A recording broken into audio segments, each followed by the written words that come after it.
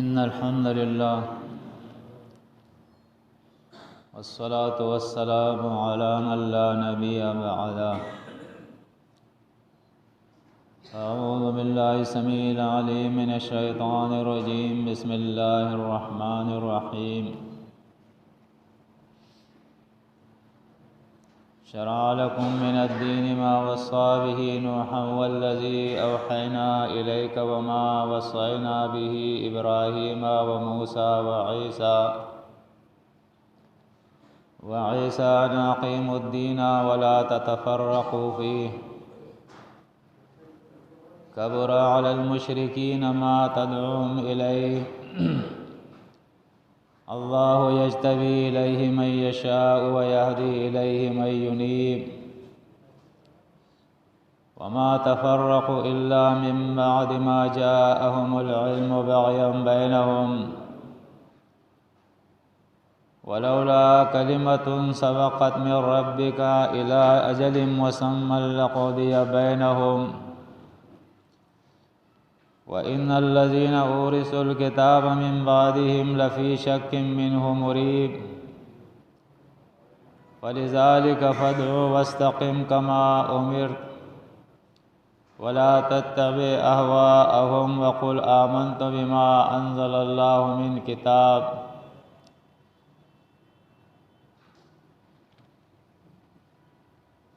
سورہ شورى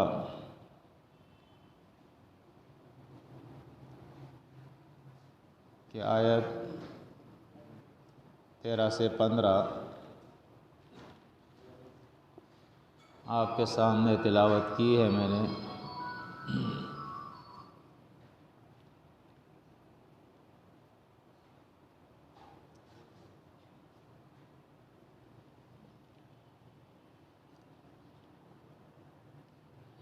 جب سے اللہ رب العزت نے انسان کی تخلیق فرمائی ہے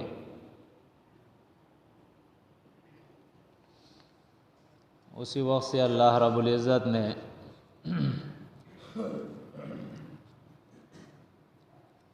اس انسان کے لیے ہدایت کا انتظام کر دیا ہے.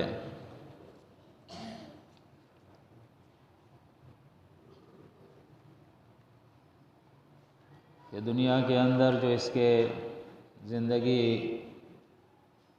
کے مسائل ہے ان مسائل کو یہ کس طرح سے حل کرے گا. یعنی مسائل سے مراد اس کی جو فقہی مسائل ہے دینی مسائل ہے. کیونکہ زندگی کے جو ضروریات تھے وہ تو اللہ رب العزت نے اس کا پورا انتظام کر دیا. زمین میں جو کچھ ہے وہ اس انسان کے لیے ہے. اب اس کی روحانی زندگی کے لیے بھی رزق کا انتظام کرنا تھا.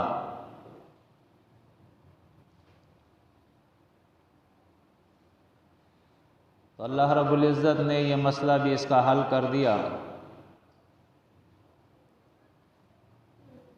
اپنے رسولوں کا سلسلہ اللہ نے انسانوں میں جاری فرمایا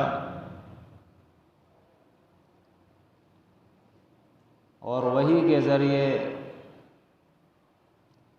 اس رسول کو اللہ رب العزت نے وہ قانون ہدایات اور احکامات دے دیے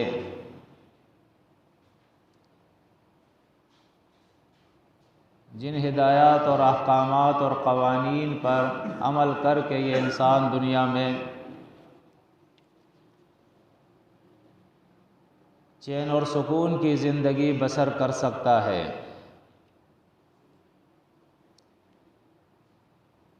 سورہ بقرہ کے اندر بھی اللہ نے یہ مضمون ذکر فرمایا ہے اور یہاں سورہ طٰہٰ کے اندر آیت نمبر 123 کے اندر اللہ فرماتا ہے قال اهبطا منها جميعا بعضكم لبعضكم عدو فإما يأتينكم مني هدى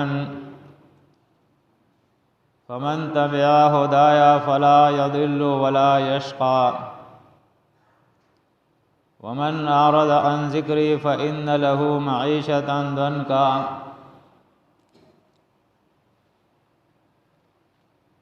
آدم علیہ السلام اور اس کی زوجہ محترمہ،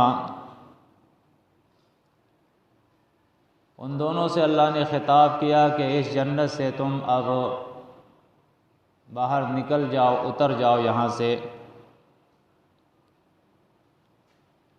لیکن ساتھ میں خبردار کر دیا کہ دیکھو اس زمین پہ بعض تمہارے بعض کے دشمن ہوں گے، اور اس کا پیمانہ بھی اللہ نے اپنی کتاب کے اندر مقرر کر دیا، جو اللہ کا دوست ہوگا وہ تمہارا دوست ہوگا، اور جو اللہ کا دشمن ہوگا وہ تمہارا دشمن ہوگا۔ جو شیطان کا دوست ہوگا وہ تمہارا دشمن ہوگا،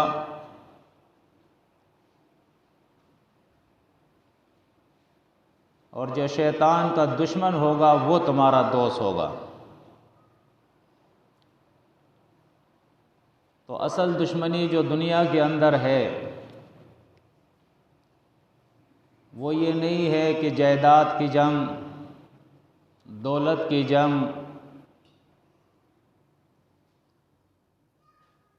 حسب یا نسب کی جنگ، زبان کی جنگ، قومیت کی جنگ، لسانیت کی جنگ۔ اصل جنگ جو دنیا کے اندر ہے وہ ہے توحید اور شرک کی جنگ، وہ ہے نیکی اور برائی کی جنگ۔ وہ جنگ اصل میں اللہ اور شیطان کی جنگ ہے۔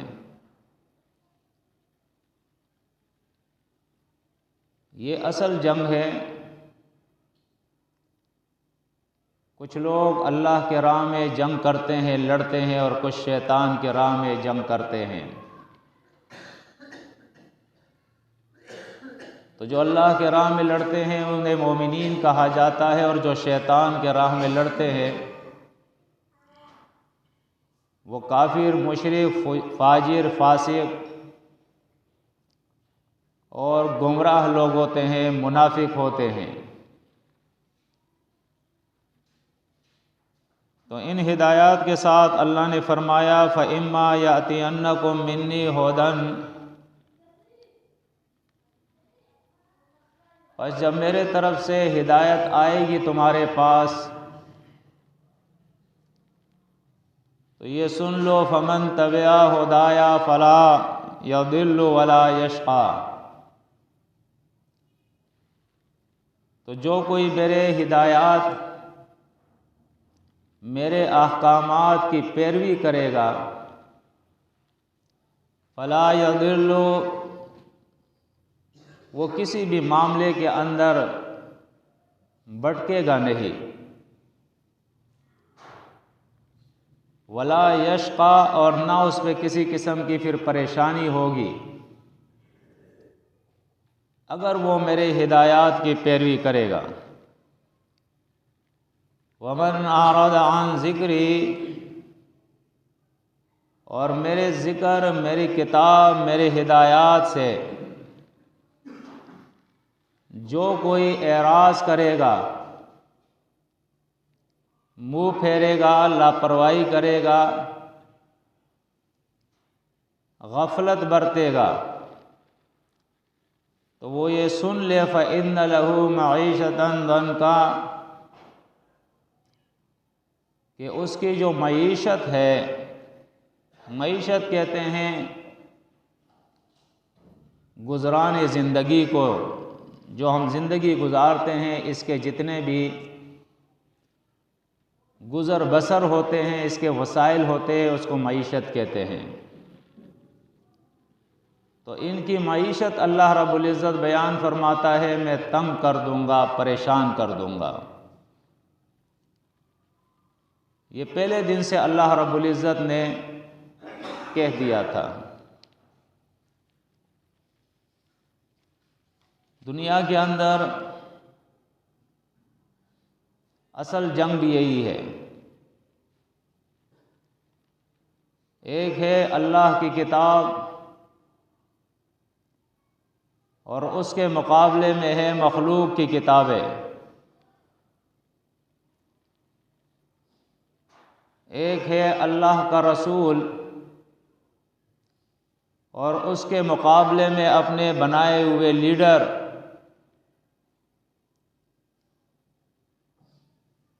جس طرح اللہ کی الوہیت حق ہے اور اس کی الوہیت ربوبیت کے اندر کوئی شریک نہیں، وہ وحدہ لا شریک ہے،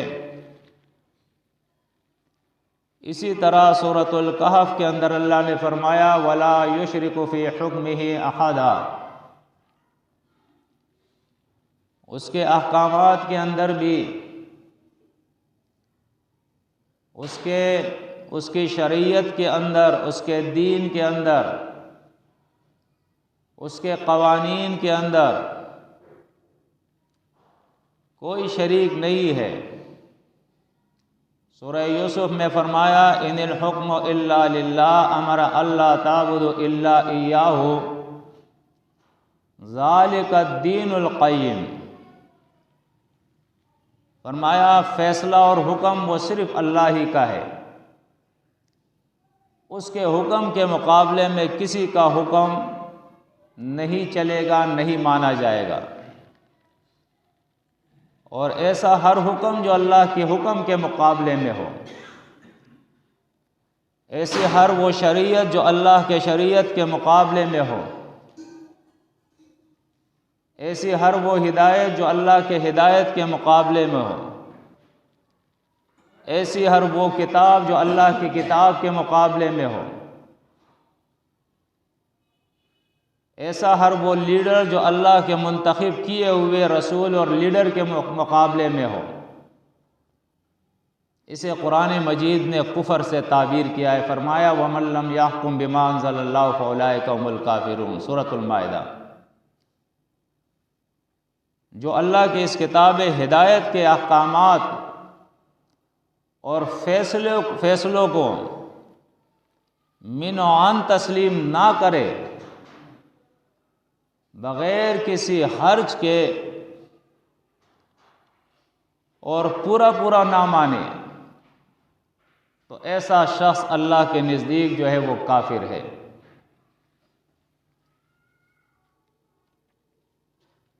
سورۃ شورى کی آیات اور اسی طرح اس مضمون کو اس سے پہلے اس کے بعد سورہ الزخرف کے اندر بھی اللہ نے بیان کیا ہے،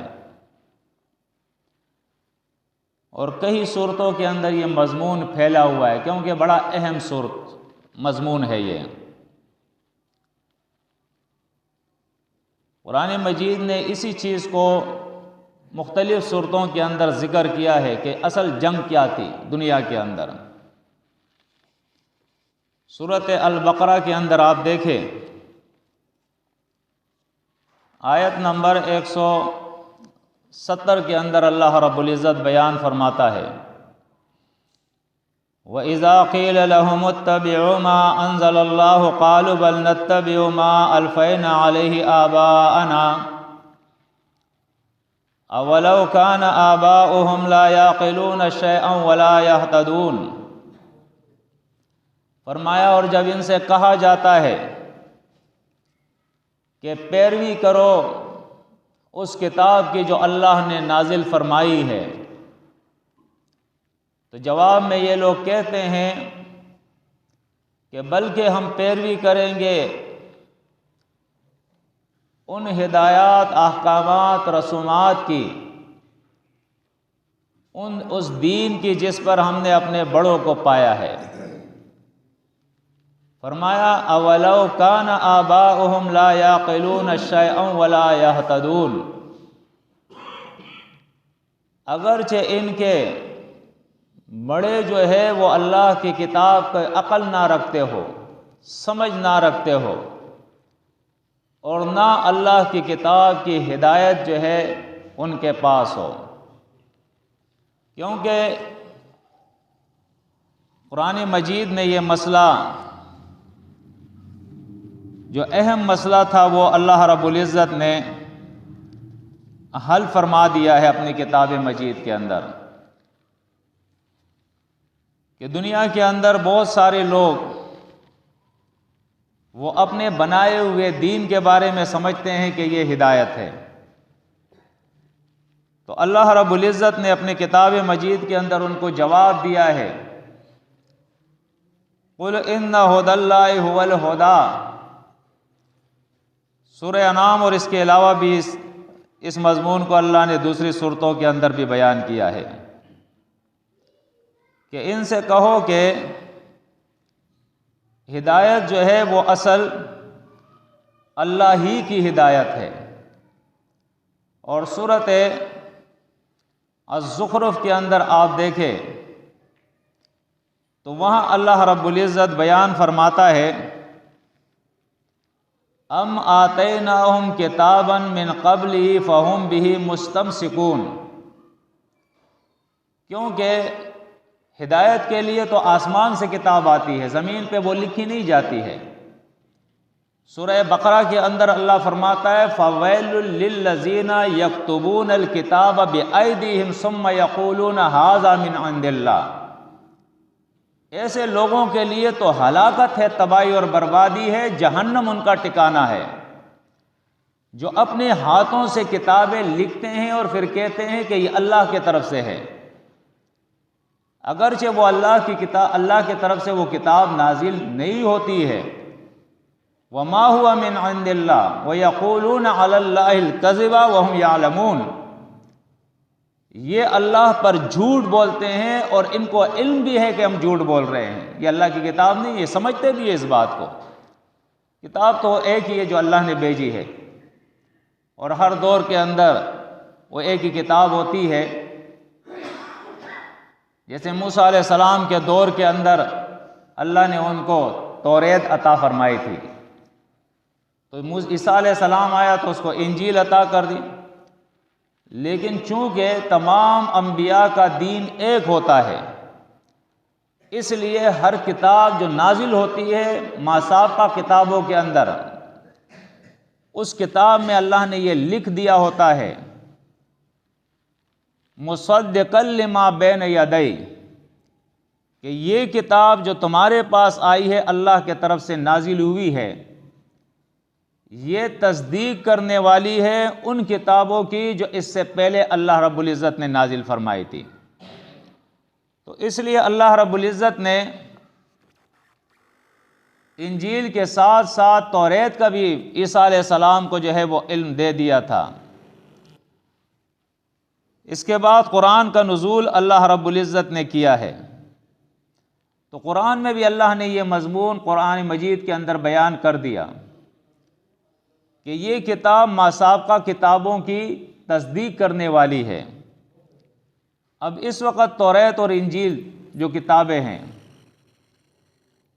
اس پر ہم اس لیے عمل نہیں کرتے ہیں کہ قرآن مجید نے خود اس کی تصدیق کر دی ہے کہ ان کتابوں کے اندر اہل کتاب نے جو ہے تحریف کی تھی، لفظی تحریف، تو اس تحریف کی وجہ سے چونکہ وہ کتابیں اس میں ملاوٹ ہو گئی، تو اللہ رب العزت نے اس کتاب کو نازل فرما کے جو کچھ اس کے اندر تھا وہ بھی اس کتاب کے اندر اللہ نے بیان کر دیا، اور مزید جو ضرورت تھی وہ بھی اللہ نے بیان کر دی۔ تو اللہ بیان فرماتا ہے ام آتیناہم کتابا من قبلہ، کیا ان کو میں نے کتاب دی تھی اس سے پہلے، فہم بہ مستمسکون، کہ یہ اس کتاب کے اوپر عمل پیرا ہے،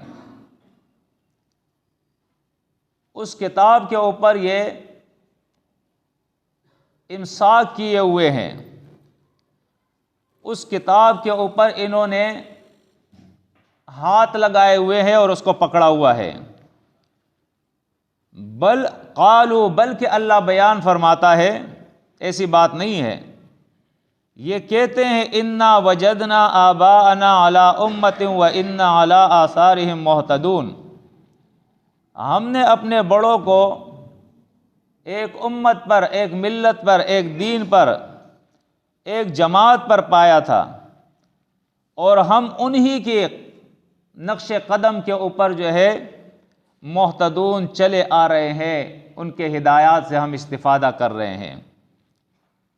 وَكَذَلِكَ، اللہ فرماتا ہے اسی طرح، مَا أَرْسَلْنَا مِن قَبْلِكَ فِي قَرْيَةٍ مِّن نَذِيرٍ، اے محمد صلی اللہ علیہ وسلم، آپ سے پہلے بھی کسی قریہ کے اندر، کسی بستی اور شہر کے اندر ہم نے کوئی نذیر، کوئی رسول نہیں بھیجا ہے، لیکن جب بھی بھیجا ہے الا قال مترفوہا، تو وہاں کے جو وہ لوگ تھے جو وہاں کے رہنے والے اور کھانے پینے والے لوگ تھے، اثر وسوخ رکھنے والے لوگ تھے، انہوں نے کیا کہا، انا وجدنا آباءنا علی امۃ و انا علی آثارہم مقتدون،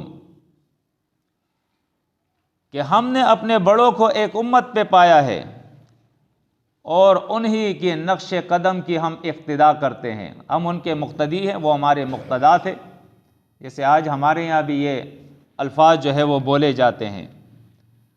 اب دیکھیں اللہ کا رسول انہیں کیا جواب دے رہا ہے۔ فرمایا، قال، کہا اللہ کے رسول نے، اولو جئتکم باہدی مما وجدتم علیہ آباءکم، اگرچہ میں آیا ہوں زیادہ ہدایت پر، مما وجدتم علیہ آباءکم، اس دین سے جس دین پہ تم نے اپنے بڑوں کو پایا ہے۔ تمہارا دعویٰ ہے کہ وہ ہدایت کے اوپر ہے، چلو تھوڑی دیر کے لیے ہم یہ مان لیتے ہیں، کیونکہ ہر دور کے اندر آپ دیکھیں جتنا بھی ملاوٹی دین ہوتا ہے، رسول کے جانے کے بعد جو لوگ ملاوٹ کرتے ہیں، وہ 100% ملاوٹی دین کبھی نہیں ہوتا ہے، وہ 100% ملاوٹی دین نہیں ہوتا ہے۔ اس کے اندر وہ کیا کرتے ہیں، اس کے اندر بعض چیزیں جو ہے وہ اپنے طرف سے داخل کر دیتے ہیں، اور بعض وہ ہوتی ہے جو اللہ اور رسول نے ان کو دی ہوتی ہے، اس طرح وہ ایک بناوٹی دین جو ہے تیار کرتے ہیں۔ سورۃ آل عمران کے اندر آپ دیکھیں، وہاں پر اللہ رب العزت نے اس کا ذکر کیا ہے۔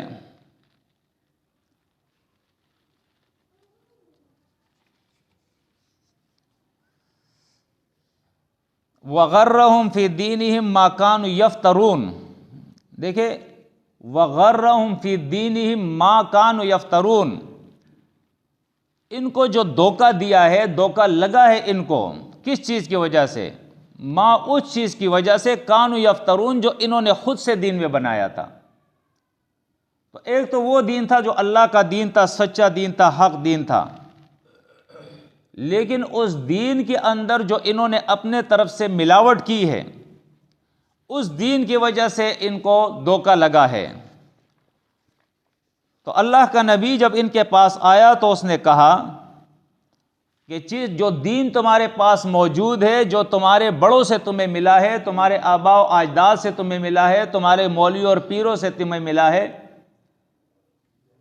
میں جو دین تمہارے پاس لایا ہوں، میں جو کتاب تمہارے پاس لایا ہوں، اس بات کو تو تم تسلیم کرو نا کہ یہ اہدا، زیادہ ہدایت والی کتاب ہے۔ یہ کس چیز سے؟ اس کتاب سے یا اس دین سے جس کے اوپر تم نے اپنے بڑوں کو جو ہے وہ پایا ہے۔ اس کے مقابلے میں یہ مما وجدتم علیہ آباءکم، جس پر تم نے اپنے بڑوں کو پایا ہے۔ دیکھیں آج بھی جس طرح ان لوگوں نے جواب دیا تھا، قالو، انہوں نے کہا جواب میں، انا بما ارسلتم بہ کافرون، جو ہدایت تم ہمارے پاس لے کے آئے ہو نبی کریم صلی اللہ علیہ وسلم سے کہا ہم اس کے کافر ہیں، ہم یہ نہیں مانتے۔ کافر کہتے ہیں نہ ماننے والا، جو نہ ماننے والا ہوتا ہے اس کو عربی میں کافر کہتے ہیں۔ آج ہمارے یہاں لوگ کافر کو کچھ گالی سمجھتے ہیں، یعنی وہ اللہ کا حکم نہیں مانے گا، اگر آپ نے کہہ دیا کہ آپ تو کافر ہو گئے تو آپ سے لڑنا شروع ہو گیا۔ حالانکہ کافر کے معنی ہوتے ہیں انکار کرنے والا۔ تو انہوں نے کہا نبی کریم صلی اللہ علیہ وسلم کو جواب میں کہ جو دین جو کتاب تم لے کے آئے ہو ہمارے پاس، ہم اس کو نہیں مانتے ہیں۔ آج بھی آپ دیکھیں جس طرح قرآن مجید نے ان لوگوں سے کہا اور ان لوگوں نے جواب دیا ہے، جیسے سورۃ البقرہ کہ آیت نمبر 170 میں نے آپ کے سامنے تلاوت کی ہے، اور یہی مضمون سورۃ المائدہ آیت نمبر 104 کے اندر ہے، وَإِذَا قِيلَ لَهُمْ تَعَالَوْا إِلَى مَا أَنزَلَ اللَّهُ وَإِلَى الرَّسُولِ قَالُوا حَسْبُنَا مَا وَجَدْنَا عَلَيْهِ آبَاءَنَا۔ جب ان سے کہا جاتا ہے کہ آؤ اللہ کی طرف، یعنی اللہ کی کتاب کی طرف، اِلَى مَا أَنزَلَ اللَّهُ، جو اللہ نے نازل کیا اس کتاب کی طرف آؤ، وَإِلَى الرَّسُولِ، اور رسول کی طرف آؤ، یعنی رسول کی سنت کی طرف آؤ۔ قالوا، یہ کہتے ہیں حسبنا ما وجدنا علیہ آبانا، ہمارے لیے بس وہ کچھ کافی ہے جس پر ہم نے اپنے بڑوں کو پایا ہے۔ اور سورۃ لقمان کے اندر آیت نمبر 21 کے اندر بھی یہی مضمون اللہ رب العزت نے ذکر فرمایا ہے۔ اب دیکھیں سورۃ البقرہ کے اندر جو الفاظ ہے، قرآن مجید کیا فرماتا ہے آیت 171 کے اندر، وَمَثَلُ الَّذِينَ كَفَرُوا كَمَثَلِ الَّذِي يَنْعِقُ بِمَا لَا يَسْمَعُ إِلَّا دُعَاءً وَنِدَاءً صُمٌّ بُكْمٌ عُمْيٌ فَهُمْ لَا يَعْقِلُونَ۔ اللہ فرماتا ہے مثال ان لوگوں کی جو اللہ کی کتاب کے انکاری ہے، نہیں مانتے اللہ کی کتاب کو، اور مثال اس شخص کی جو اللہ کی کتاب کی طرف ان کو بلا رہا ہے، یعنی نبی کریم صلی اللہ علیہ وسلم جو ان کو بلا رہا ہے۔ ان کی مثال اللہ رب العزت نے ایک چرواہے اور اس کے ریوڑ سے دی ہے، کَمَثَلِ الَّذِي يَنْعِقُ بِمَا لَا يَسْمَعُ إِلَّا دُعَاءً وَنِدَاءً۔ اس نبی کی مثال اس چرواہے کی طرح ہے ریوڑ کے، کہ وہ اپنے ریوڑ کے اندر جو بھیڑ بکریاں ہوتی ہے ان کو جب وہ آواز لگاتا ہے تو وہ بھیڑ بکریاں کیا کرتی ہے، عین نون قاف، اس کے معنی ہوتے ہیں یعنی وہ جو نہیں سمجھتے ہیں، یعنی ایسی چیز جس کو آواز دی جا رہی ہے لیکن وہ آواز کو سمجھ نہیں رہا ہے، الا دعاء و نداء، بس اس کے سامنے تو ایک پکار ہے، ایک آواز ہے جو کانوں میں اس کے لگ رہی ہے کہ کوئی آواز دے رہا ہے، اس کے علاوہ اس کو سمجھ نہیں ہے۔ ایسے ہی ان لوگوں کی حالت ہے، اللہ بیان فرماتا ہے کہ قرآن کے طرف بلانے والا ان کو بلا رہا ہے، پکار رہا ہے، دعوت دے رہا ہے، لیکن یہ کیا ہے، سمن بکمن عمیون، یہ کانوں سے بہرے ہیں، زبانوں سے گنگے ہیں، آنکھوں سے اندھے ہیں۔ فرمایا فہم لا یعقلون، یہ ذرہ بھی سمجھنے کے لیے تیار نہیں ہے، سمجھتے ہی نہیں ہے بات کو۔ سورۃ الفرقان کے اندر اللہ بیان فرماتا ہے اپنے نبی سے، اور اس کے اندر تسلی بھی ہے، فرمایا ام تحسبوا ان اکثرهم يسمعون او يعقلون انهم الا كالانعام بل هم اضل سبیلا۔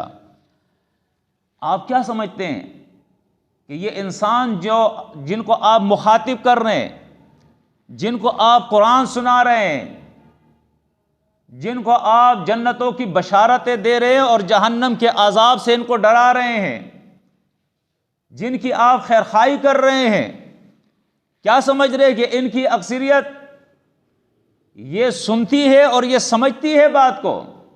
فرمایا انہم الا کالانعام، یہ تو جانوروں کی طرح ہے، بل ہم اضل سبیلا، بلکہ جانور سے بھی زیادہ یہ بھٹکے ہوئے لوگ ہیں۔ اس لیے کہ جانور کی اللہ نے مثال دی ہے، جانوروں کی اللہ نے مثالیں دی اپنی کتاب کے اندر، جیسے سورہ عادیات کے اندر ایک گھوڑے کی مثال اللہ نے دی ہے، اور اس کے وفا کی داستان اللہ نے اپنی کتاب کے اندر سنائی ہے کہ ایک گھوڑا جس کو مالک کھلاتا پلاتا ہے، پالتا ہے، اس میں کتنی وفا ہوتی ہے کہ اب رات اندھیری ہے، اب سورج نکلا ہی نہیں ہے، اور اس وقت وہ اس کے پیٹھ پہ، اس کے کمر پہ بیٹھتا ہے، اور لگام جب اس کو دیتا ہے تو اتنی تیزی کے ساتھ وہ گھوڑا دوڑتا ہے کہ اس کے پاؤں سے چنگاریاں اڑتی ہے، اور اس مالک کے کہنے پر وہ لشکر کے بیچ میں چلا جاتا ہے، اسے تیر لگے، اسے گولیاں لگے، اسے خنجر لگے، اسے تلوار لگے، اس کو فکر نہیں ہوتی ہے، اس لیے کہ مالک کا حکم ہے۔ اتنی وفا اس جانور کے اندر ہے، بل ہم اضل سبیلا، لیکن یہ انسان اس سے بھی زیادہ گیا گزرا ہے، اتنی وفا بھی اس کے اندر نہیں ہے، کہ باوجود اس کے کہ یہ سمجھ رہا ہے کہ زمین اللہ کی ہے، اس نے تخلیق فرمائی ہے، آسمان اللہ نے تخلیق فرمایا ہے، یہ دن اور رات اسی کے ہیں، یہ ہوائیں وہی چلا رہا ہے، بادل وہ اٹھاتا ہے، بارش وہ برساتا ہے، زمین سے رزق وہی نکالتا ہے، ہمارا بھی خالق، ہمارے بڑوں کا بھی خالق، ہمارے چھوٹوں کا بھی خالق، رزق وہی دیتا ہے، ہوائیں وہ چلا رہا ہے، موت اور زندگی اس کے ہاتھ میں ہے، ہر چیز کا خالق اور مالک وہی ہے، اس کا کوئی شریک نہیں ہے، اس کے باوجود یہ انسان دوسروں کے در پہ جا کے ان کو پکارتا ہے، دوسروں کے قوانین کے اوپر عمل کرتا ہے، دوسروں کے احکامات پہ عمل کرتا ہے، دوسروں کے سامنے یہ جھکتا ہے، اللہ کے مقابلے میں دوسروں کا کہنا یہ مانتا ہے، یہ کتنا ناشکرا انسان ہے۔ ان الانسان لربہ لکنود، اس لیے سورۃ العادیات کے اندر اللہ فرماتا ہے یہ انسان بہت ہی ناشکرا ہے، جانور کی طرح بھی جانور جیسی شکر گزاری بھی اس کے اندر نہیں ہے، جانوروں کی طرح اس سے بھی یہ گیا گزرا ہے یہ انسان۔ تو جب اللہ کا نبی انہیں دعوت دیتا ہے، ہدایت کی دعوت، اللہ کی کتاب کی دعوت، تو ہر دور کے اندر لوگوں نے وہی کام کیا ہے جو آج ہو رہا ہے، ہمارے مشاہدے میں ہم دیکھ رہے ہیں۔ آج بھی آپ دعوت دے تو اس دعوت کے نتیجے میں جو آپ کو جواب ملے گا، بالکل وہی جواب ملے گا جو پچھلوں نے دیا ہے، اگلے بھی وہی جواب دیں گے، وہی رویہ ہوگا جو پچھلوں کا رویہ تھا، وہی سختی ہوگی جو پچھلوں کے اندر تھی، وہی انکار اور کفر ہوگا جو پچھلوں کے اندر تھا، اس کے اندر کوئی تبدیلی نہیں آئی ہے۔ آپ کسی خام خیالی، کسی خوش فہمی کے اندر نہ رہے کہ جی میں تو قرآن بیان کر رہا ہوں، یہ تو قرآن ماننے والے لوگ ہیں۔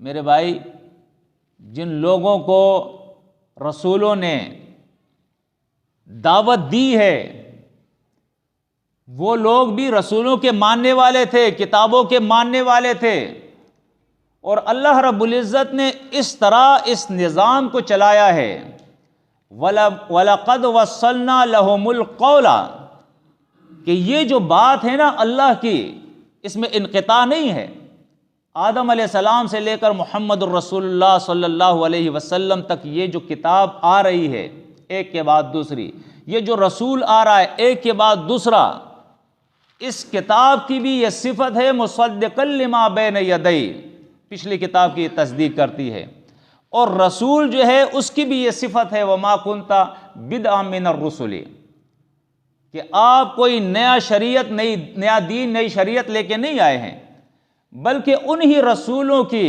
وقفینا علی آثارہم، ایک کے بعد اس کے نقش قدم پر اسی دین کو دے کر اللہ نے دوسرے رسول کو بھیج دیا ہے۔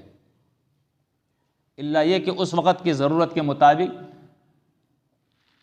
جو کتاب نبی کو ملتی ہے اس کے اندر مزید چیزیں بھی آ جاتی ہے. جیسے آپ سورۃ الاحزاب دیکھ لیں تو اس کے اندر باقاعدہ نبی کریم صلی اللہ علیہ وسلم کا ذکر، ان کے ازواج کا ذکر ہے، زید کا ذکر ہے، اس کی بیوی کا ذکر ہے، کئی چیزوں کا ذکر ہے جو توریت اور انجیل کے اندر وہ چیزیں نہیں تھیں، اس وقت کے ساتھ وہ تعلق رکھتی ہے. اس کی بہت ساری مثالیں قرآن مجید سے. تو ان لوگوں کے سامنے جب اللہ کے رسول نے دعوت دی ہے اور انہوں نے جو جواب دیا ہے وہی جواب آپ کو ملے گا، اور آپ اس خام خیالی یا خوش فہمی کے اندر نہ رہے کہ بھائی میں تو ان کے سامنے اس رسول کی بات رکھ رہا ہوں جس رسول کو یہ خود مانتے ہیں، میں تو ان کے سامنے قرآن کی بات رکھ رہا ہوں، قرآن کو تو یہ خود مانتے ہیں. نہیں، قرآن کو یہ مانتے ہیں لیکن کس حد تک مانتے ہیں؟ بس اتنا مانتے کہ یہ اللہ کی کتاب ہے. اس کی عزت اور ادب یہ ہے کہ کپڑوں میں لپیٹ کے طاق پہ رکھ دو، اگر نیچے گر جائے غلطی سے تو اٹھا کے چوم لو، ٹھیک ہے نا. اس سے قرآن خوانیہ کرا لو، ختم شریف کرا لو، اس کا تعویذ لکھ لو، کوئی بیمار ہو جائے اس کو دم کر لو.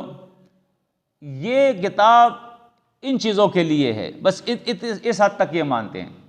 کبھی اس کتاب کو اس قوم نے قانون کی کتاب تسلیم ہی نہیں کیا ہے، ہدایت کی کتاب اس کو تسلیم ہی نہیں کیا ہے، فقہ کی کتاب اس کتاب کو تسلیم ہی نہیں کیا ہے، عمل کی کتاب اس کو تسلیم ہی نہیں کیا ہے، احکامات کی کتاب اس کو تسلیم ہی نہیں کیا ہے، تنازع کے اندر فیصلہ کرنے والی کتاب اس کو تسلیم ہی نہیں کیا ہے. اگر تسلیم کرتے تو اس کتاب کے مقابلے میں دوسری کتابیں آپ کو نہ ملتی، کبھی بھی نہیں ملتی. کیا وجہ ہے؟ آپ غور و فکر کریں. نبی کریم صلی اللہ علیہ وسلم کے دور میں اللہ کا رسول ہے اور اللہ کی کتاب ہے. اللہ کا رسول اللہ کی کتاب سکھا رہا ہے. وَلَقَدْ مَنَّ اللَّهُ عَلَى الْمُؤْمِنِينَ إِذْ بَعَثَ فِيهِمْ رَسُولًا مِّنْ أَنفُسِهِمْ يَتْلُو عَلَيْهِمْ آيَاتِهِ وَيُزَكِّيهِمْ وَيُعَلِّمُهُمُ الْكِتَابَ وَالْحِكْمَةَ. اللہ بیان فرماتا ہے، اور یقیناً اللہ رب العزت نے مومنین کے اوپر یہ احسان فرمایا ہے. کیا احسان فرمایا ہے؟ کہ انہی کے اندر اللہ رب العزت نے لقد من اللہ علی المؤمنین اذ بعث فیہم رسولا من انفسہم، انہی میں سے اللہ نے رسول کو بھیجا ہے. اب رسول کیا کرتا ہے؟ یتلو علیہم آیاتہ، اللہ کی آیتیں ان کے سامنے پڑھتا ہے. ویزکیہم، اور ان کا تزکیہ اس کتاب کے ذریعے کرتا ہے. ویعلمہم الکتاب، رسول کا نصاب جو صحابہ کو پڑھانے کا ہے اس کے مدرسے کا، مدرسۃ الصفہ کا، وہ یہی کتاب ہے. والحکمہ، احکامات بھی اسی کتاب سے وہ سکھا رہا ہے، کسی اور کتاب سے نہیں سکھا رہا ہے. وَإِن كَانُوا مِن قَبْلُ لَفِي ضَلَالٍ مُّبِينٍ، اور یہ جملہ اس پر دال ہے کہ اس کتاب کے سیکھنے، اس کتاب کے ماننے اور اس کتاب پر عمل کرنے سے پہلے وہ گمراہی کے اندر تھے. جتنے بھی صحابہ تھے وہ گمراہی کے اندر تھے.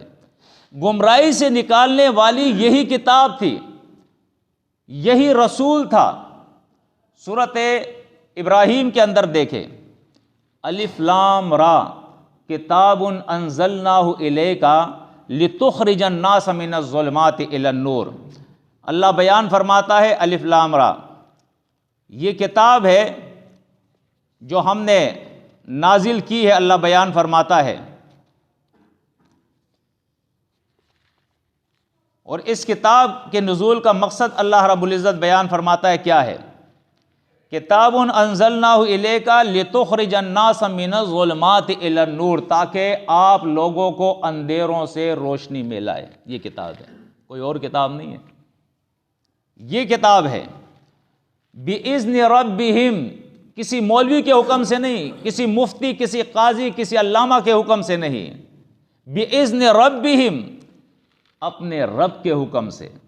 اب آپ دیکھیں، رسول ہے اللہ کا، لیکن رسول سے بھی اتبع ما اوحی الیک، اتباع وحی کا حکم اس کو دیا جاتا ہے.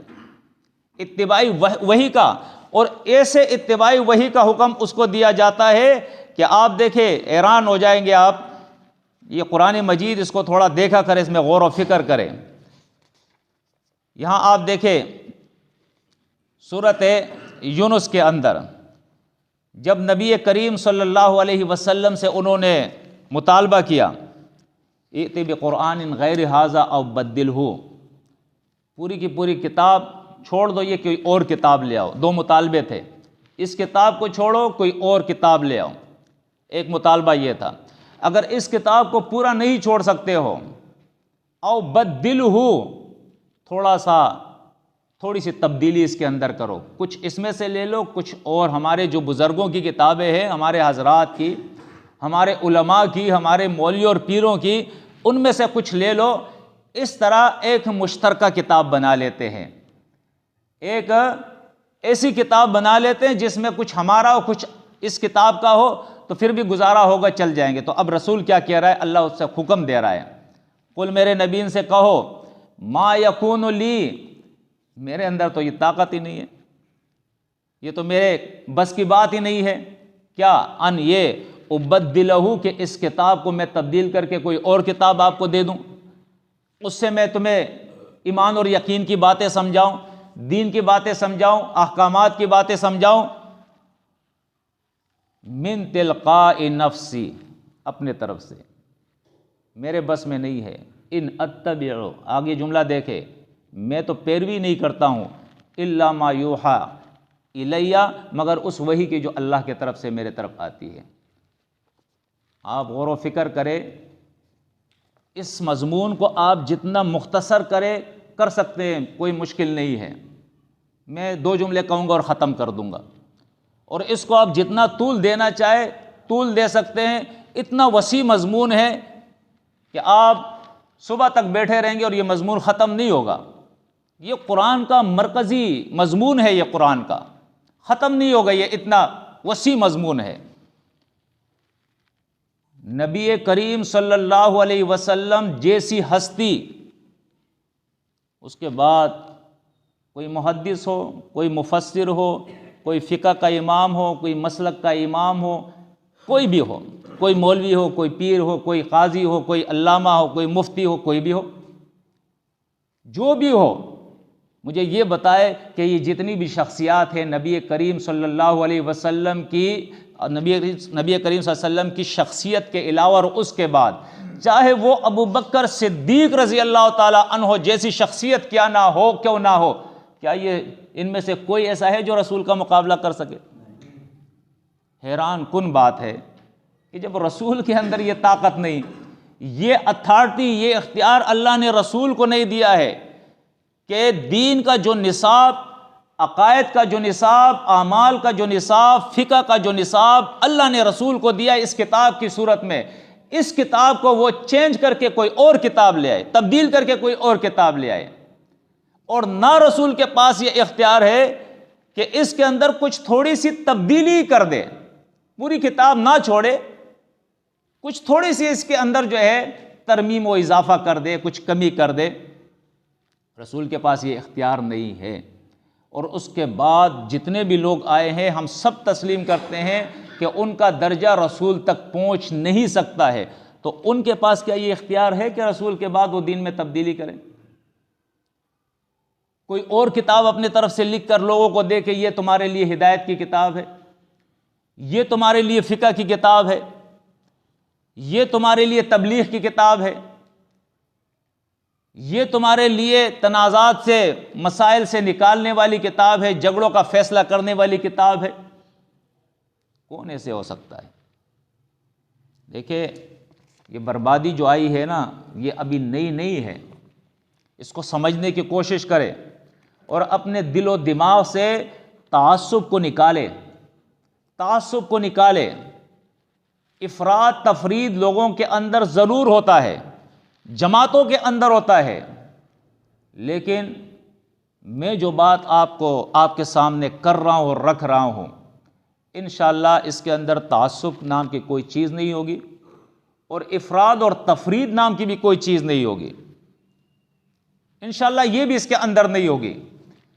دیکھیں، کچھ لوگ ہوں گے وہ اپنے آپ کو اہل فقہ کہیں گے، یہ کہ آپ سمجھے کہ ایک قسم کی ان کی افراد اور افرادی عمل ہے ان کا، کہ وہ اس اہل فقہ کہہ کر وہ ہر چیز کو فراموش کر دیں گے۔ اس کے سامنے پھر آپ قرآن بیان کریں، وہ کہتے ہیں نہیں، ان کے سامنے آپ حدیث بیان کریں، وہ کہیں گے نہیں، ہم اہل فقہ ہے، ہمارے امام ہمارے مجتہد نے جو ہمیں کہا ہے بس ہم تو وہی مانیں گے۔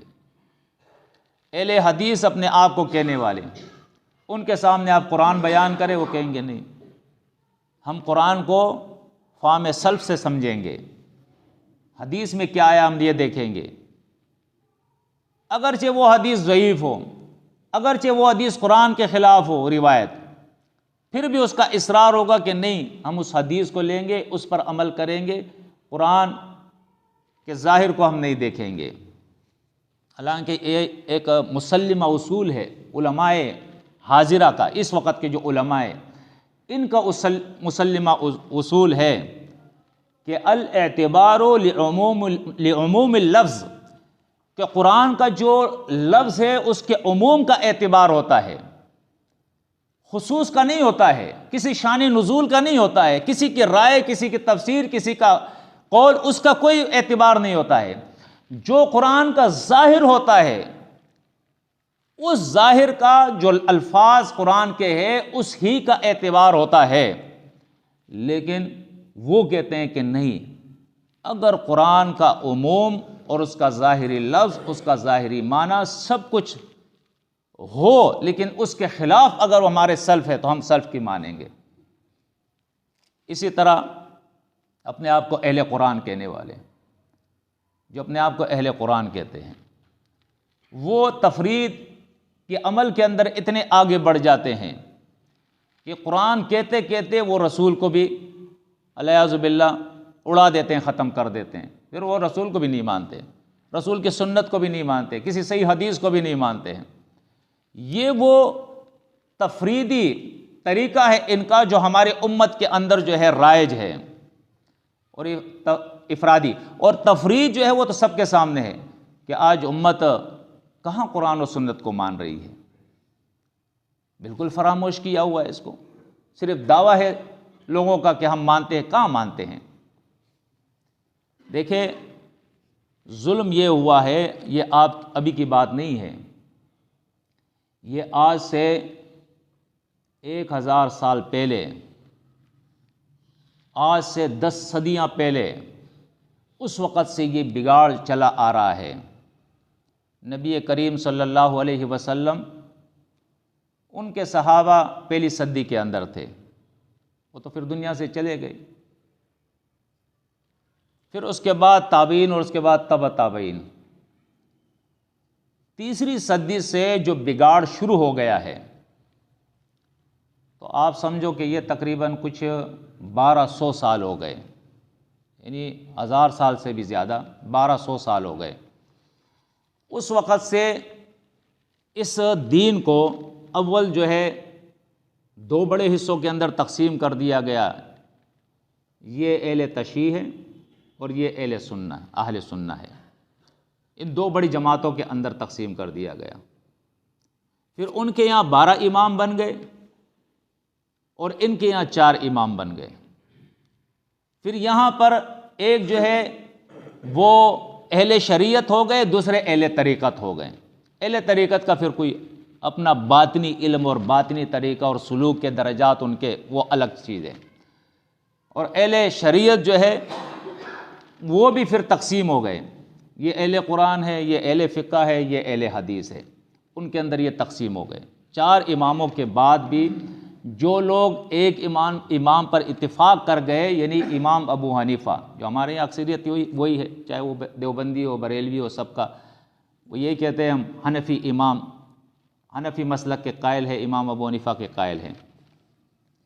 اس کے اندر آپ دیکھیں کہ اہل شریعت الگ اور اہل طریقت الگ، پھر اہل طریقت کے اندر کتنے فرقے آپ کو مل جائیں گے، اور اہل شریعت کے اندر کتنے جو ہے فرقے آپ کو مل جائیں گے، بہت سارے فرقے آپ کو مل جائیں گے۔ تو یہ جو بگاڑ ہمیں نظر آ رہا ہے یا فرقہ بندی جو ہمیں نظر آ رہی ہے، یہ آج کی نہیں ہے، یہ بہت پہلے سے چلی آ رہی ہے۔ اس لیے اگر آپ اس دور میں آج کسی سے کہے نا، میرا ایک جب ابھی پنجاب سے میں واپسی میں آ رہا تھا تو سفر کے دوران ہی ہم رکشے میں بیٹھے تھے یہاں آنے کے لیے، تو پیچھے میرے ساتھ جو ایک آدمی بیٹھا تھا، رکشے والے نے مجھے اور اس کو دونوں کو بٹھا دیا تھا، وہ بھی یہاں آ رہا تھا بھوانی چالی۔ اس نے بتایا میں عالم ہوں اور فارغ التحصیل عالم ہوں، اور بڑے فخر سے وہ بتا رہا تھا کہ ہمارے امام نے لوگوں کے لیے اتنی سہولت اور اتنی آسانی کر دی کہ 1,20,000 مسائل جو ہے وہ فقہ کے حل کر کے دیے، اجتہاد کر کے، فقہ کے 1,20,000 مسائل۔ میں نے پہلے آپ سے کہا کہ میرے اندر تعصب نہیں، اور میں کوشش کرتا ہوں افراد اور تفرید سے بچنے کی۔ اگر غلطی ہو جائے، میں انسان ہوں، نسیان سے خطا سے ہو جائے وہ الگ بات ہے، لیکن جان بوجھ کے یہ چیز نہیں کروں گا۔ میں کہتا ہوں 1,20,000 مسائل اجتہادی، اس کو آپ بڑھا دو 2,40,000 کر دو، میں اس کو بھی ماننے کے لیے تیار ہوں۔ میں امام ابو حنیفہ کی قدر کرتا ہوں، عزت کرتا ہوں، وہ بہت بڑے عالم گزرے ہیں، نیک انسان گزرے ہیں۔ میں تمام ائمہ کا ماننے والا ہوں، کسی پر کوئی فتویٰ نہیں دیتا ہوں، جتنے بھی قرآن اور سنت کے مطابق جنہوں نے زندگی گزاری ہے۔ لیکن امام ابو حنیفہ اس کے باوجود کہ ایک بہت بڑے امام فقہ کے گزرے ہیں، لیکن میرا ایمان یہ ہے کہ اس کی وہی باتیں میں مانوں گا جو قرآن کے مطابق اور صحیح حدیث کے مطابق۔ جو قرآن اور صحیح حدیث کے خلاف ہے اس کے ماننے کے لیے میں تیار نہیں ہوں، اس لیے کہ میں کسی کا مقلد نہیں ہوں، میں قرآن اور سنت کا مقلد ہوں۔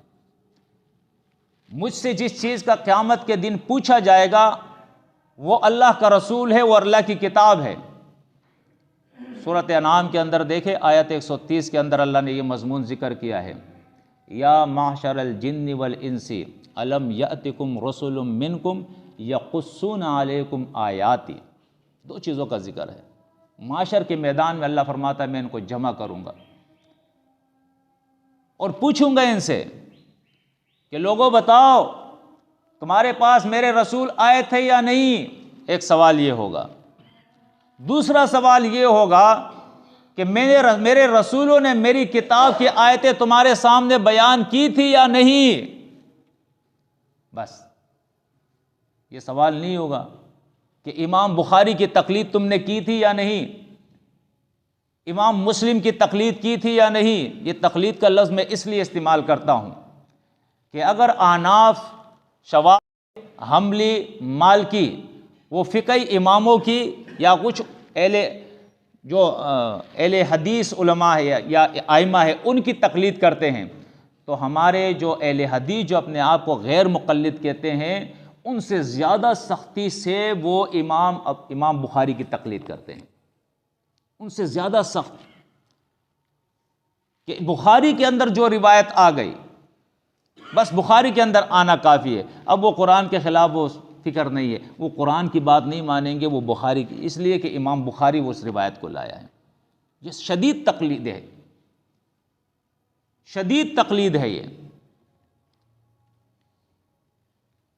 تو امام ابو حنیفہ یا امام احمد بن حنبل ہو یا کوئی بھی ہو، یا ائمہ احادیث کے اندر جتنے بھی ہیں، اللہ رب العزت قیامت کے دن نہیں پوچھے گا کہ تمہارے پاس ائمہ حدیث آئے تھے جنہوں نے بڑی بڑی کتابیں حدیثوں کی لکھی تھی اور تمہارے سامنے بیان کی تھی، ان ائمہ حدیث کی بات تم نے مانی تھی یا نہیں مانی تھی؟ تھوڑا سا فرق کرنا۔ اس کے جو میں کہہ رہا ہوں اس کا یہ مقصد نہیں ہے کہ میں حدیثوں کا انکار کر رہا ہوں، صحیح احادیث کا۔ حدیث کا بھی مقام سمجھنے کی کوشش کرے، حدیث ہے اصل میں کیا؟ سمعت عن فلان یہ حدیث نہیں ہوتی ہے، اخبرنی عن فلان، اخبرنی فلان یہ حدیث نہیں ہوتی ہے۔ یا حدثنی فلاں، یہ حدیث نہیں ہوتی ہے، یہ اصل میں راوی جو ہوتے ہیں یہ تو راوی ہوتے ہیں، یہ انسان ہمارے طرح انسان ہوتے ہیں۔ جو اصل میں ماننے والی چیز ہے وہ رسول ہے، وہ رسول کی سنت ہے، وہ رسول کے اقوال ہے۔ میں منکرین سنت کی طرح اس کا انکار نہیں کرتا ہوں، وہ تو کفر ہے۔ وہ تو میں نے پہلے آپ سے کہہ دیا کہ دو چیزوں کا پوچھا جائے گا، ایک اللہ کی کتاب، دوسرا اللہ کا رسول۔ جب تک اللہ کا رسول دنیا میں تھا کوئی حدیث کی کتابیں نہیں تھی۔ امام بخاری یا جتنی بھی ائمہ ہیں یہ 3 صدی میں کتابیں لکھی گئی ہیں، کیوں؟ ضرورت ہی نہیں تھی، رسول موجود تھا، رسول کو دیکھ کے لوگ کام کرتے تھے، رسول فرماتا تھا اور لوگ کام کرتے تھے۔ صحابہ پورے ایسے دور سے گزرے ہیں، سینہ بسینہ یہ علم جو ہے منتقل ہو رہا تھا، عمل بعمل یہ منتقل ہو رہا تھا۔ بعد میں انہوں نے ائمہ حدیث نے محسوس کیا کہ یار یہ سنت جو ہے ختم ہو جائے گی، اس لیے اس کو محفوظ کر دیا جائے، کتابی صورت دے دی، لیکن اس میں بہت سارا گڑبڑ بھی پھر ہو گیا۔ تو قیامت کے دن اللہ رب العزت یہ سوال ہی نہیں کریں گے کہ ائمہ حدیث کی بات تم نے مانی تھی یا نہیں، ائمہ فقہ کی بات تم نے مانی تھی یا نہیں۔ سوال جو ہوگا وہ یہی ہوگا کہ اللہ کی کتاب کو تم نے مانا تھا یا نہیں، اللہ کے رسول کی بات تم نے مانی تھی یا نہیں۔ اور یہ وہ چیز ہے، بڑی کانٹے کی چیز ہے، اس کو آپ سمجھے۔ سورۃ المائدہ کے اندر اللہ رب العزت بیان فرماتا ہے، الیوم اکملت لکم دینکم، آج میں نے دین تمہارے لیے مکمل کر دیا۔ امام ابو حنیفہ نہیں تھے، امام بخاری نہیں تھے، امام جعفر صادق نہیں تھے، ان ائمہ میں سے کوئی بھی نہیں تھا۔ اللہ کا رسول اس سے خطاب کیا جا رہا ہے، تمام مومنین سے خطاب کیا جا رہا ہے کہ الیوم اکملت لکم دینکم، آج میں نے دین مکمل کر دیا، نبی کریم صلی اللہ علیہ وسلم کے دور میں۔ میرے بھائیوں، اگر تقلید ہوتی، اگر مذہب ہوتا، اگر مسلک ہوتا، اگر فرقہ ہوتا تو ابو بکر صدیق رضی اللہ تعالیٰ عنہ کا ہوتا، لوگ اس کی تقلید کرتے، اس کا مسلک ہوتا، اس کا مذہب ہوتا، اس کی کتابیں ہوتی۔ عمر رضی اللہ تعالیٰ عنہ، عثمان رضی اللہ تعالیٰ عنہ، علی رضی اللہ تعالیٰ عنہ، عشرہ مبشرہ، اس کے بعد یہ جو حدیثوں کے اندر ان کے نام آ رہے ہیں، تمام کل صحابہ، اگر ہوتی تقلید، ان کا کوئی مذہب اور مسلک ہوتا اور یہ حق ہوتا تو ان کا ہوتا، دوسری صدی سے یہ معاملہ شروع نہ ہوتا۔ بات کو سمجھنے کی کوشش کرے، کسی کی بھی تقلید نہیں ہے، بات یہی ہے جو قرآن نے بیان کی ہے کہ اللہ کی کتاب اور اس کا رسول، یہ ہمارا دین ہے، اس کے علاوہ کوئی دین نہیں ہے۔ یہ تو مسئلہ ہے کہ آج آپ دیکھیں سوشل میڈیا پہ میں دیکھ رہا ہوں، ایک شخص آ رہا ہے، انجینئر محمد علی مرزا، شاید ایسا کوئی نام ہے اس کا۔ اچھا، جو اصل مسئلہ اس کے ساتھ ہے وہ یہ ہے کہ صحابہ کے شان میں وہ گستاخی کر رہا ہے، اور یہ ایک انتہائی غلط فعل ہے اس کا۔ اس کو چاہیے قرآن بیان کرے، اس کو چاہیے توحید بیان کرے، اس کو چاہیے سنت بیان کرے۔ یہ کون سا مسئلہ ہے کہ آپ نے صحابہ کرام کے درمیان تفریق پیدا کر دی، اور ایک کو جو ہے آپ جنتی کہے اور دوسرے کو آپ کہے کہ میں صرف مصلحت کے تحت کچھ کہتا نہیں ہوں۔ اس کا مطلب آپ امیر معاویہ رضی اللہ تعالی عنہ پہ کفر کا بھی فتویٰ لگا دیتے، اب مصلحت کے تحت نہیں کہہ رہے ہیں۔ بات آپ اتنی آگے لے گئے، تو مسئلہ تو یہ تھا کہ آپ اس مسئلے کو چھیڑتے کہ یہ بات جو صحابہ کے شان میں وہ گستاخی کر رہا ہے اور اس قسم کے غلط باتیں کر رہا ہے، اسے رکنا چاہیے اس سے، اور اس کو بھی چاہیے کہ ان باتوں کے بجائے اپنا، اس کی حالت یہ ہو گئی ہے کہ بغیر اس کے مولا علی کے بغیر وہ نہیں کہتا ہے، حالانکہ مولا اللہ کی صفت ہے۔ آپ کیوں علی کو مولا کہہ رہے کسی ایک خاص فرقے کو خوش کرنے کے لیے؟ کسی صحابی کے ساتھ وہ یہ مولا نہیں کہے گا، ایک علی رضی اللہ تعالیٰ عنہ کے ساتھ مولا کہے گا۔ لیکن آج لوگوں نے اس کے خلاف جو احتجاج کیا ہے وہ کیا ہے؟ صحابہ کرام وہ تو بعد کی بات ہے، اس کو تو تھوڑا سا پیچھے رکھا ہوا ہے، اصل میں یہ ہے کہ فرقوں کے خلاف وہ بات کر رہا ہے، وہ اہل حدیثوں کے خلاف بات کر رہے ہیں۔ اہل حدیث بڑے پرجوش ہے احتجاج کرنے میں، دیوبندیوں کے خلاف بات کر رہے ہیں، وہ بہت پرجوش ہے احتجاج کرنے میں، اہل سنت پر جماعت جو بریلوی مسلک کے ہیں ان کے خلاف بات کر رہا ہے، ان کے حوالے دے رہا ہے کہ دیکھو تمہارے بزرگوں نے یہ لکھا ہے، یہ شرکیہ بات ہے، کفریہ بات ہے، اس کے لیے وہ احتجاج کر رہے ہیں۔ جو احتجاج کرنا چاہیے تھا اس چیز کو تو انہوں نے چھوڑ دیا ہے۔ تو اصل مسئلہ یہ ہے کہ اسلام ہمیں کسی کے لیے بھی بدتمیزی کرنا، بد اخلاقی کرنا، کسی کے شان میں گستاخی کرنا، اس کو ڈیگریڈ کرنا، اس کی اللہ ہمیں اجازت نہیں دیتا ہے، اور خاص طور پر ایسے لوگ جس کو لوگ ماننے والے ہیں۔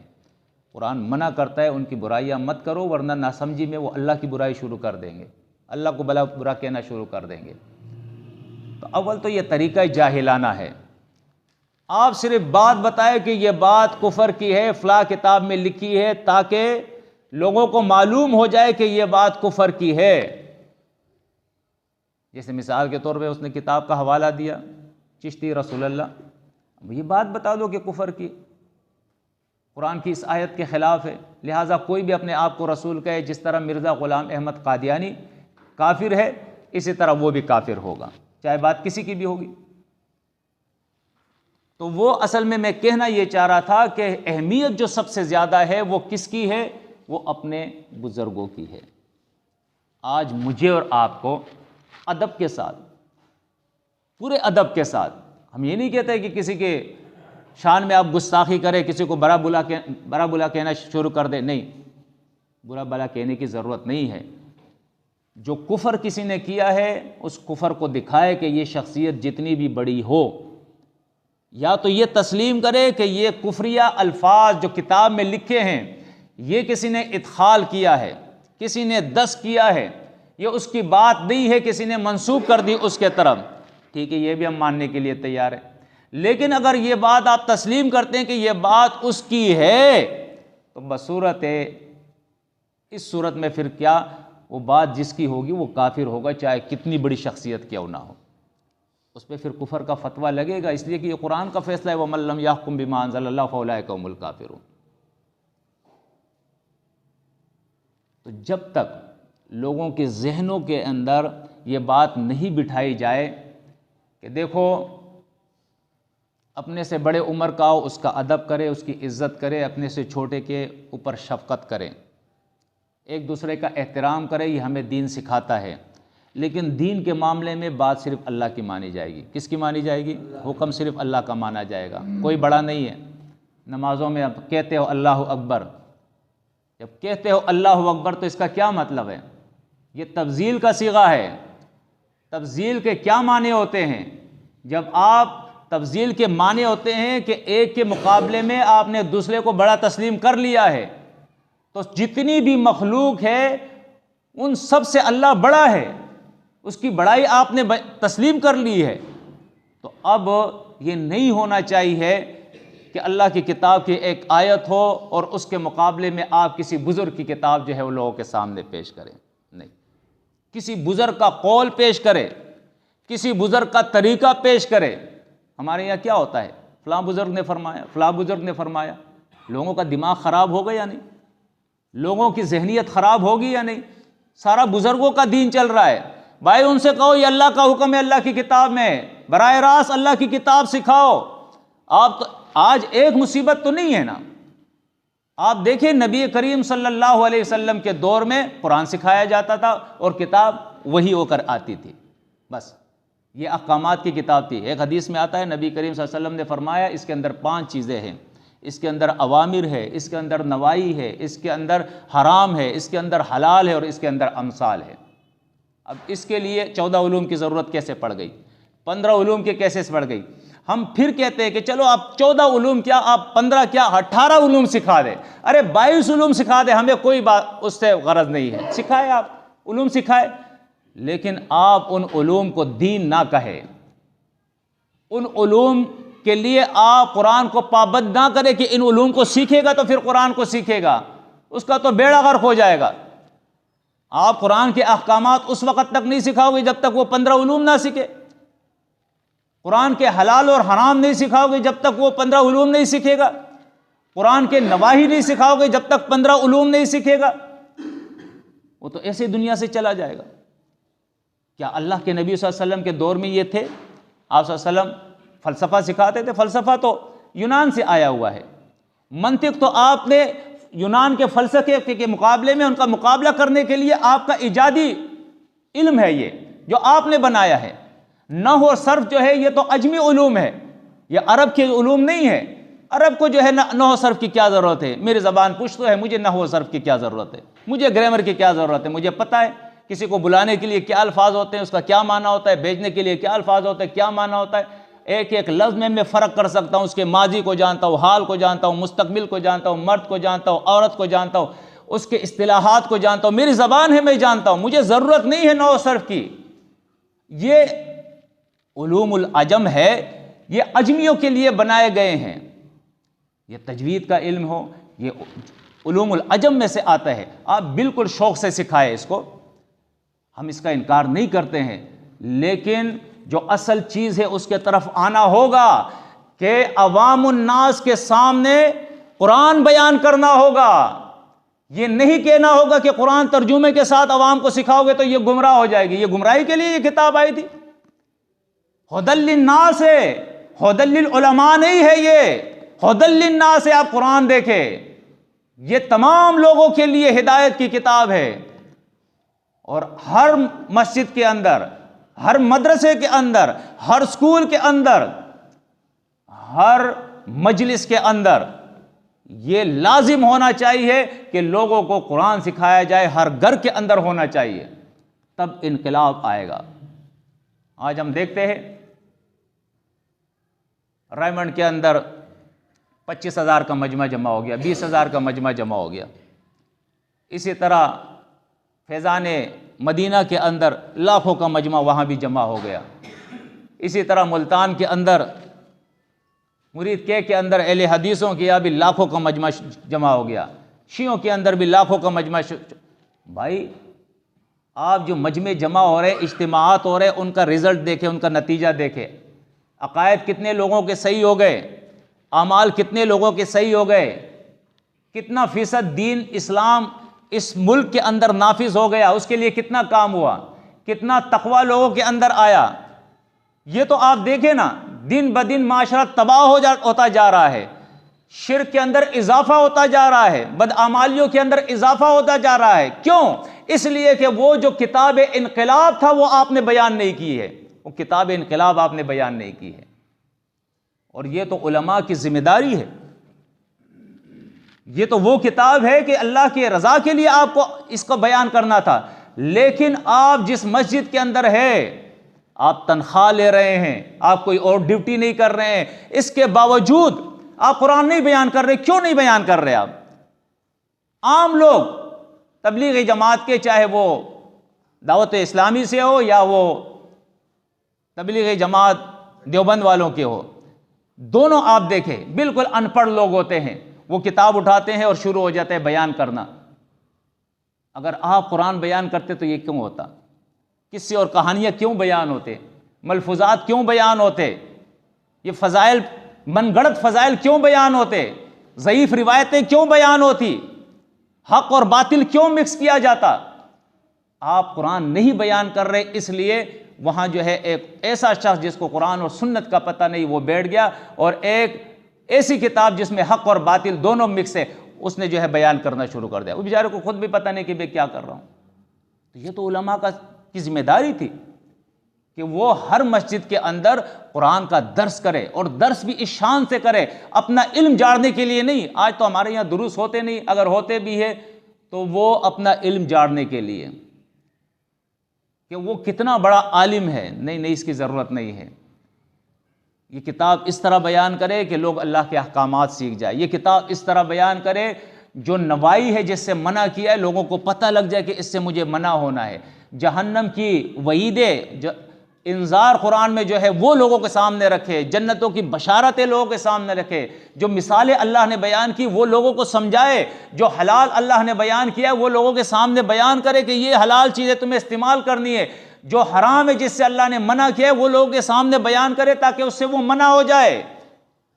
اس طرح قرآن بیان کرے تاکہ معاشرے میں تبدیلی آ جائے۔ پہلے میں نے کہا، پھر آپ سے میں کہہ رہا ہوں کہ میں کسی کے خلاف نہیں، میں باطل کے خلاف ہوں۔ میں حق کے لیے جو کچھ کر رہا ہوں حق کے لیے کر رہا ہوں، اور امید رکھتا ہوں کہ جتنی بھی سامعین ہیں بلا تعصب میرے ان باتوں کو سنجیدہ لیں گے اور ان باتوں کو خیرخواہی کی باتیں جانتے ہوئے اس کو اپنائیں گے، اور اچھے اچھے علماء، بڑے بڑے علماء ہیں، آپ یقین جانیں ایسے ایسے علماء جیسے کہتے ہیں نا کہ بال کی کھال اتارنے والے، ایک ایک لفظ عربی کے ایک ایک لفظ کے نقطوں تک، یعنی حرکات اور اعراب تو چھوڑے نقطوں تک وہ بھی آپ کے سامنے اس کی جو ہے مصلحتیں وہ بیان کر دیں گے۔ لیکن ایسے علماء اگر وہ قرآن بیان نہیں کرتے ہیں اور لوگ گمراہی کے اندر، عقائد بھی خراب، اعمال بھی خراب، تو وہ اس بات کو تو وہ سوچے نا کہ مرنے کے بعد اللہ کے یہاں وہ کیا جواب دے گا۔ سورۃ بقرہ دیکھے، سورۃ آل عمران دیکھے، لعنت کر رہا ہے اللہ، ملائکہ کی لعنت، لوگوں کی لعنت، اور ایسا جرم ہے اللہ فرماتا ہے پاک ہی نہیں کروں گا اس جرم سے، ہمیشہ جہنم میں یہ جلتے رہیں گے، ان سے میں کلام بھی نہیں کروں گا، بات بھی نہیں کروں گا ایسے علماء سے۔ تو ایک تو علماء کی ذمہ داری ہے کہ وہ قرآن بیان کریں اور احادیث کے اندر بھی محتاط رویہ اختیار کرے، جس طرح صحابہ کا محتاط رویہ تھا۔ کسی صحابی کے بارے میں آپ کو نہیں ملے گا کہ اس نے کوئی حدیث کی کتاب لکھی، کیوں؟ حدیث کو تو وہ مانتے تھے، وہ حدیثوں کے وہ منکر نہیں تھے جیسے آج کے منکرین حدیث ہے، لیکن وہ اس ذمہ داری کو بہت باری ذمہ داری سمجھتے تھے کہ کوئی حدیث ہم بیان کر رہے ہیں اور اس میں ہم سے غلطی ہو گئی اور اس کو ہم نے نبی کے طرف منسوب کر دیا تو اللہ کے نبی نے فرمایا اس کا ٹھکانہ پھر جہنم ہے۔ اس وحید سے وہ ڈرتے تھے، اس خوف سے وہ کتابیں نہیں لکھتے تھے۔ تو اس لیے جو صحیح احادیث ہے، غلط احادیث ہے، یہ بھی علماء کی ذمہ داری ہے کہ وہ یہ کام کرے، صحیح حدیث کو ایک طرف کرے اور اس کا معیار لوگوں کو بتائے کہ سند بعد میں ہے، پہلے متن ہے، ان روایتوں کو ہم قرآن پہ پیش کریں گے، اس علم کو آگے بڑھائے، منتقل کرے، لوگوں کو روشناس کرائے اس علم سے، تاکہ جو آج منکرین حدیث پھیلے ہوئے ہیں یہ بھی علماء کی ذمہ داری ہے۔ آپ دیکھیں جگہ جگہ ان کے دروس ہو رہے ہیں، لوگوں کو گمراہ کر رہے ہیں، نماز یہ صلاۃ نہیں ہے، عمرہ یہ عمرہ نہیں، حج یہ عمرہ نہیں ہے، خانہ کعبہ یہ خانہ کعبہ نہیں ہے، بیت اللہ کے یہ معنی نہیں ہے، ہر چیز کو انہوں نے بدل دیا، اسلام کو ایک تماشا انہوں نے بنایا ہوا ہے۔ تو کیا یہ علماء کی ذمہ داری نہیں ہے کہ وہ صحیح اور غلط حدیثوں کو الگ کرے، لوگوں کو بتائے کہ یہ صحیح حدیث ہے اور یہ غلط حدیث ہے، تاکہ یہ شش و پن سے لوگ نکلے، یہ ان جہلاء، ان منکرین سنت کے کا شکار نہ ہو، یہ لوگ جو لوگوں کو گمراہ کر رہے ہیں، دین سے بدظن کر رہے ہیں۔ تو اللہ سے دعا ہے کہ اللہ مجھے اور آپ کو اپنے دین کے سمجھ عطا فرمائے اور اللہ رب العزت اس پر عمل کرنے کی اور پھر آگے پہنچانے کی توفیق عطا فرمائے۔ سورۃ البقرہ سورۃ التوبہ آیت نمبر 122 کے اندر اللہ نے یہ لازم کر دیا ہے کہ تمہارے اندر ضرور ایسے لوگ ہونے چاہیے جو تفقہ فی الدین جو ہے وہ حاصل کریں، ٹھیک ہے نا۔ اور اس کے نیچے مفسرین نے یہ لکھا ہے کہ اس کا معنی یہ ہے کہ جب جہاد کے لیے، قتال کے لیے صحابہ جاتے تھے، اس میں سے کچھ لوگ رہ جاتے تھے تو اس پہ سخت قسم کی وعید قرآن نے بیان کی، تو اس سے صحابہ اتنے ڈر گئے کہ انہوں نے کہا کہ ہم سب کے سب نکلتے ہیں۔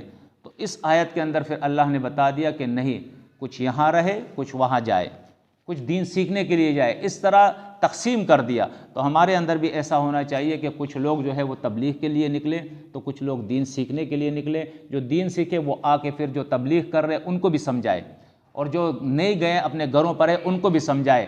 تو اس طرح پہلے بھی میں نے کہا تھا، اب پھر دوبارہ آپ سے کہہ رہا ہوں کہ دوسرے علوم آپ چھوڑے، بات کی بات ہے، وہ سیکھے نہ سیکھے اس کی ضرورت نہیں ہے، کم از کم اپنے بچوں کو قرآن جو ہے وہ صحیح طور پہ معنی کے ساتھ اور ناظرے کے ساتھ جو ہے وہ سکھا دے کہ وہ اچھا ناظرہ بھی کر سکے اور قرآن مجید جو ہے اس کو صحیح طور پہ پڑھ بھی سکے اور سمجھ بھی سکے، خود عمل کرے، پھر دوسروں کو اس کی دعوت دے۔ تو تمام ساتھی اس کے لیے کوشش کریں گے نا، یہ بہت بڑا کام ہے، اس کو ہم نہیں سمجھتے ہیں۔ وَجَاهِدْهُمْ بِهِ جِهَادًا كَبِيرًا قرآن کہتا ہے، ایک جہاد ہے، ایک جہاد کبیرہ ہے، دین کا علم حاصل کرنا اور پھر اس کے ذریعے سے جہاد کرنا، لوگوں کو اس کا علم منتقل کرنا، یہ کیا ہے؟ جہاد کبیر ہے یہ۔ تو یہ جہاد کبیر اس کے اندر اپنے بچوں کو شامل کریں۔ دیکھیں بہت سارے ڈاکٹر ہے، انجینئر ہے اور پتہ نہیں کیا سے کیا بن گئے، ضرورت نہیں ہے اب ہمیں ضرورت نہیں ہے، کوئی بات نہیں، ہمارا بچہ ٹھیلا چلائے، ہمارا بچہ جو ہے ریڑھی چلائے، ہمارا بچہ جو ہے دکان پہ بیٹھ کے دکانداری کرے، بوریاں اٹھائے، کوئی بات نہیں، محنت مشقت کرے، لیکن یہ لازم کر دے اپنے آپ پہ کہ دنیا کا تھوڑا بہت علم حاصل کرنے کے بعد وہ دین کا علم حاصل کرے، اس کو وقف کر دے اس کے لیے کہ وہ دین کا علم حاصل کرے، تاکہ جو علماء سوء ہیں، جو دین کے جو جڑیں کاٹ رہے ہیں اپنے مفادات کے لیے، ایسے علماء سوء کا جو ہے ڈٹ کر مقابلہ کیا جائے اور حق بیان کیا جائے۔ اس کے لیے جہاد کریں گے انشاءاللہ ساتھی، اپنے اپنے بچوں میں سے ایک ضرور جو ہے اس کے لیے نکالے اللہ کے راہ میں، تاکہ وہ سیکھے۔ سبحانک اللہم و بحمدک، اشہد ان لا الہ الا انت، استغفرک و اتوب الیک۔